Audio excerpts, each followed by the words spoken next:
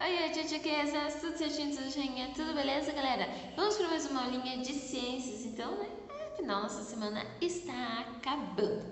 Bom, galerinha, o que será que nós vamos ver hoje, tá? Hoje nós vamos continuar falando sobre o ar, mas vamos falar mais sobre o vento, tá? O que será que nós vamos ver sobre o vento? Bom, primeiro nós precisamos relembrar o que nós vimos lá na aula passada. Lembram que na aula passada nós vimos que o ar ele é composto por diferentes gases. Lembram disso? E que os gases eles têm o que? Eles são o que? Eles são matéria. E o que é matéria? Lembra o que é massa? Que seria o peso. Ou seja, então, o ar aqui, ele tem volume e ele tem massa. E nós vimos isso através lá do experimento com os balões, certo? Bom, já vamos retomar sobre isso, sobre os balões. E nós vimos também sobre a densidade. Lembra? O que faz os balões voar, flutuar? Então, nós vimos que há gases, certo? Que tem mais densidade do que os outros. E isso, então, influencia ali para o balão flutuar, certo? Bom, também vimos sobre a força do ar. E tudo isso, então, a gente confere revisando lá os exercícios lá da última aula. Então, vamos lá conferir? Então, pessoal, pega lá na página 247. Como nós vimos, certo? Nós vimos que o ar é uma mistura de gases, certo? E que ele é uma matéria, ok? Então, aqui era para vocês identificarem qual dessas alternativas que tem o mesmo sentido dessa matéria do gás. Lembra que o que é matéria? Então, como nós lembramos, é aquilo que ocupa espaço e tem massa. Bom, gente, então, o jornalista escreveu uma matéria sobre o gás carbônico? Não, certo? Então, o que seria essa matéria aqui? Escreveu alguma reportagem? Não. A atmosfera pode ser estudada em várias matérias na escola? Também não, né, gente? Não é esse tipo de matéria. Qualquer objeto é feito de matéria em algum estado físico? Sim, é essa mesmo, certo, pessoal? Ou seja, qualquer objeto tem o que? Ele ocupa um espaço e tem massa em algum estado físico, seja líquido, seja sólido. Lembram disso? Bom, e o que significa dizer que o ar está úmido? Quer dizer que tem uma grande quantidade de ar, especialmente na forma de vapor. Uma grande quantidade de água, tá, pessoal? Principalmente em forma de vapor. Bom, gente, lá na página 249, então, nós falamos sobre a densidade do ar. Então, lembra que para um balão flutuar, a densidade dentro dele deve ser menor do que a densidade do ar lá fora, certo? E aqui, então, nós temos os gases e a sua densidade. E a pergunta é assim, ó. Considerando que a densidade do ar é 1,2 kg por metro cúbico, qual deles faria um balão flutuar? Então, qual deles que seria o que tem menor densidade do que isso, né? Qual deles que é? O 3 e o 4, tá, gente? Ó, 0,18, 0,09, certo? Então, aqui temos 18 centésimos e 9 centésimos, que é menor do que esse valor. E, gente, aqui ao lado eu coloquei quais gases são esses, tá? Então, o primeiro é o gás oxigênio, o gás carbônico, o gás hélio e o gás hidrogênio. Lembra que nós vimos que esses dois gases, então, que são eficientes ali para fazer o balão flutuar. Só que o problema desse gás hidrogênio é que ele é inflamável. Então, é perigoso, certo? Bom, e a questão 2, pessoal? Nós temos aqui uma situação que, ó, o André ele foi lá no ginásio e ele se sentou lá em cima, na última fileira, e estava muito quente. O amigo dele falou que era para ele sentar nas fileiras de baixo, porque ia estar mais fresco. Por que será que isso acontece, gente? Porque o ar mais quente, ele é menos denso, então ele sobe, tá? Por isso ele fica lá na parte de cima. Enquanto o ar fresco, ele ocorre o contrário, tá? Então, daí ele acaba ficando mais lá na parte de baixo. Lá na página 251, no Mão na Massa, gente, tinha aquelas perguntas para vocês responderem sobre o experimento. Então, o experimento 1 era aquele do balão, lembra?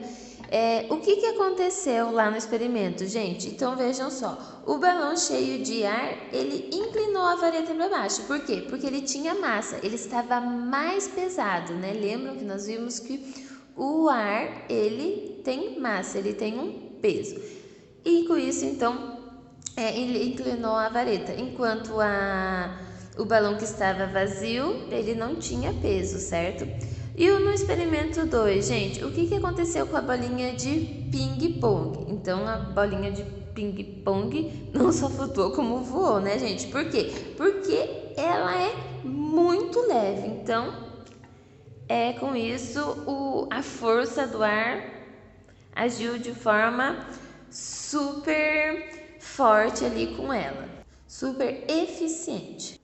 Gente, mas o mesmo aconteceu com as demais bolinhas? Lembra da bolinha de tênis e a bolinha de gude? Não aconteceu, né? Lembra que elas ficaram no mesmo lugar? Por quê, gente? Porque o ar que saiu lá do secador não foi o suficiente para fazer com que elas flutuassem. Por quê? Porque elas eram muito pesadas, tá? E como nós vamos ver hoje, então, a força da gravidade exerce aquela força puxando elas para baixo e a força do vento ali não foi o suficiente. Bom, gente, e ao mudar o secador de direção, o que aconteceu com a bolinha de ping-pong? Gente, ela caiu. Lembram que eu estava com dificuldade, inclusive, de deixar ela lá em cima? E por que ela caiu, gente? Justamente por causa da força da gravidade que puxa para baixo os objetos. Bom, muito bem, pessoal. Então, agora vamos falar sobre o vento, tá? Então, lá na página 252, vocês conseguem me acompanhar.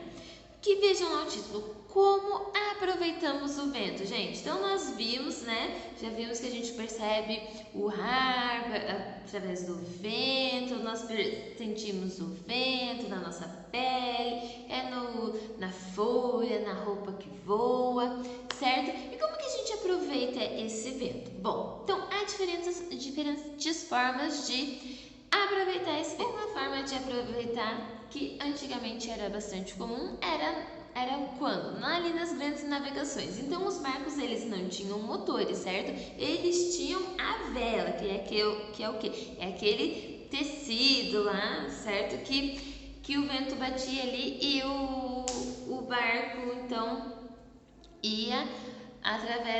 navegava através desse vento que batia ali. Hoje em dia é difícil ter barco assim, certo? São mais o quê? Veleiros esportivos e os barquinhos ali de passeio. Mas outra forma que nós podemos aproveitar o ar também é como? Então ali pela imagem da página 252, aquela segunda imagem ali, vocês conseguem observar. O que são essas grandes hélices, né? Parecem cataventos gigantescos. Ali nos mostra o quê? A usina eólica. O que será que é uma usina eólica? O que ela produz? Então vejam lá, gente. Ela tem o mesmo princípio ali do catavento, certo? Então o vento bate ali naquelas hélices, as hélices giram e nisso então existe um gerador ali que através desses movimentos que o vento proporciona produz então a energia, tá? Então lembram que da energia eólica, que essa é a energia através do vento. Ela é uma energia, gente, bastante limpa. O que será que é energia limpa? Então é aquela energia que não produz poluentes, que não poluem ali o meio ambiente. E de outra forma, vocês lembram que o vento ele é um agente polinizador? Quem lembra? Lembram de tudo isso? Lembram que o quê? O vento também contribui para a reprodução das plantas. Então, através do vento, o pólen então vai até as outras plantas, né? Ocorre essa dispersão do pólen e assim elas acabam se reproduzindo, certo? Bom, o que mais que ocorre com o vento? Gente, vocês já ouviram falar da erosão eólica? Então vejam, lá na página 253, nós temos um exemplo dessa erosão eólica. Então vejam, através do tempo, certo? Então olha, muitos e muitos e muitos e muitos anos, o que acontece? A força do vento, ele vai fazendo o quê? Vai modificando ali essa paisagem. Vai modificando ali o solo, as rochas. Vocês conhecem essa imagem, essa taça? Quem aí já viu, quem já foi pessoalmente aí nesse ponto turístico? Gente, eu já ia, bastante legal. Fica ali na Vila Velha, tá? Em Vila Velha, aqui pertinho, em Ponta Grossa ali. Pertinho da gente, é bem bacana. Tem várias formações rochosas dessas que foi o vento que contribuiu então para que ficasse desse jeito, tá? Nós já vimos como nós aproveitamos o vento, vimos algumas atuações ali do vento na natureza.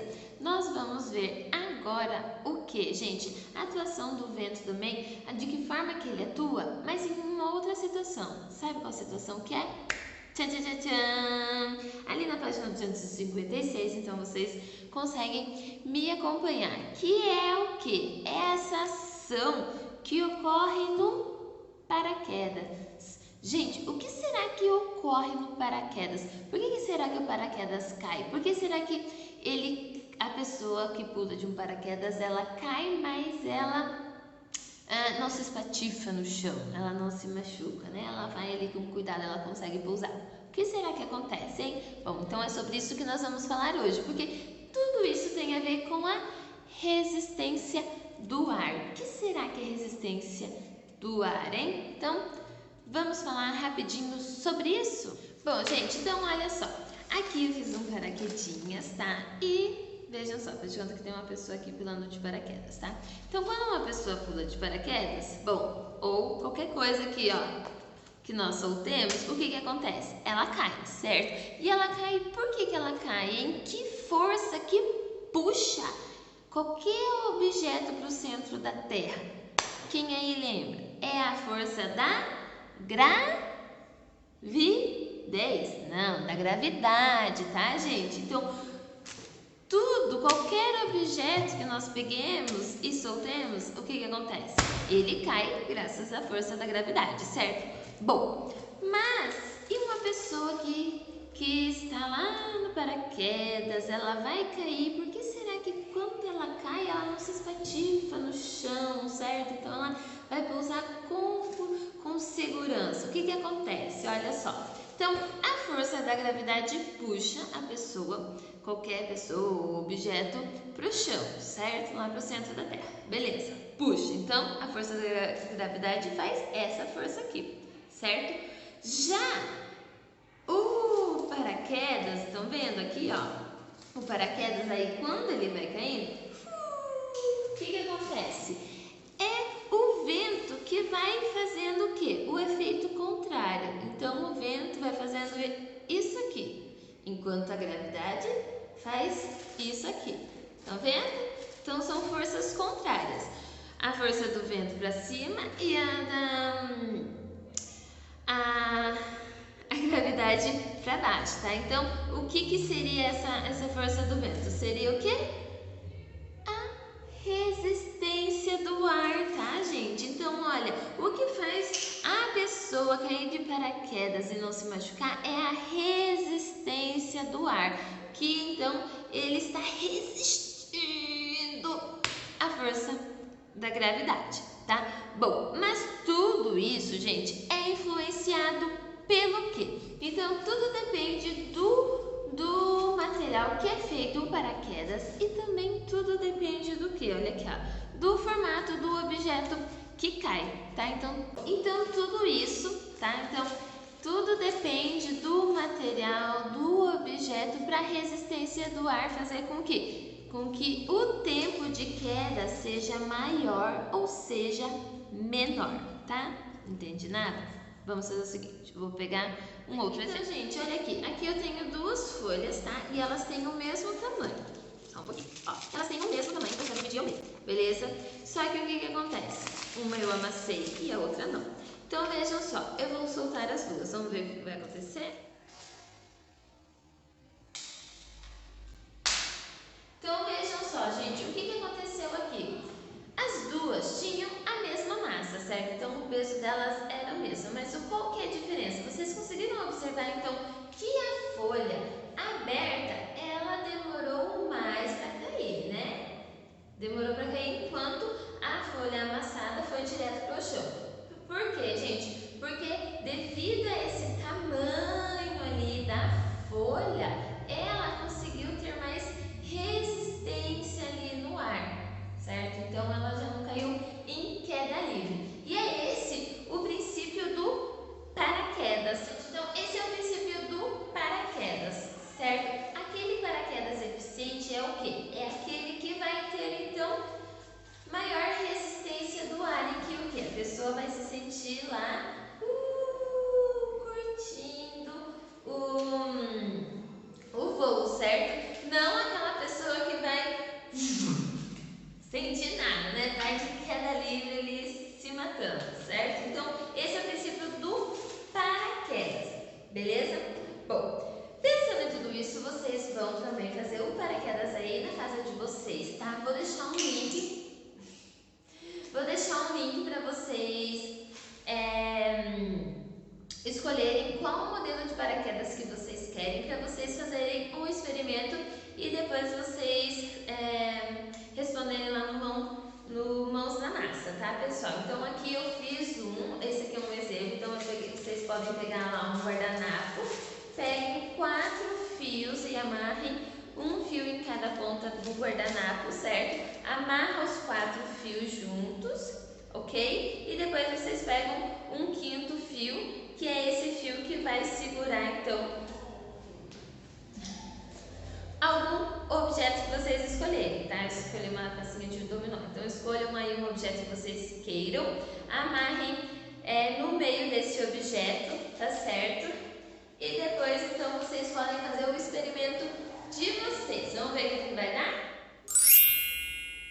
Se vocês conseguirem, se vocês puderem, façam diferentes paraquedas, então, com diferentes materiais, tá? Para vocês conseguirem observar se esse voo do paraquedas é o mesmo, se essa resistência do ar vai ser a mesma ali para os materiais que vocês usarem, para o formato desse paraquedas. Beleza? Responder ali as páginas 253, fazer o experimento ali no Mão na Massa da página 256 até a página 259, ok? E agora nós vamos finalizar a nossa apostila, então, no Amarrando as Pontas, lá na página 261, gente. Então, peguem lá na página 261, rapidinho, pra gente relembrar tudo que nós vimos nesse capítulo. Bom, o que nós vimos nesse capítulo? Nós vimos sobre o ar, gente. O ar, ele ocupa espaço. Por que ele ocupa espaço? Lembra que nós vimos lá na nossa aulinha passada, hein? O que é que ele é, tá, gente? Então, ele ocupa o espaço, pois e tem massa, tá, gente? Lembrando que eu também relembrei disso agora no comecinho da aula, certo, gente? E o ar também, ele é uma mistura de gases, certo? Que é mais abundante e alguns desses gases são mais abundantes na atmosfera. Quais gases são? Vimos lá na última aula também, tá, pessoal? Vejam que um desses gases, ele o quê? Ele é absorvido na respiração e ele é liberado na fotossíntese. E que nesse processo ele libera ou ele absorve um outro gás. Qual gás é esse, hein, gente? Bom, e o ar também, gente, ele está sempre em movimento, que é chamado de que pode ser usado para gerar energia. Então, veja que esse foi o nosso tema da aula de hoje, tá? E o ar também, gente, como nós vimos, ele pode exercer força. Então, tudo isso nós vimos sobre o ar nesse capítulo, tá? Então, não deixem de preencher também esse mapa conceitual da página 261. Certo, galera? E façam aí esse experimento para vocês descobrirem o que é que vai acontecer aí. Beleza? Então é isso, ó. Beijo, pessoal, e até a próxima.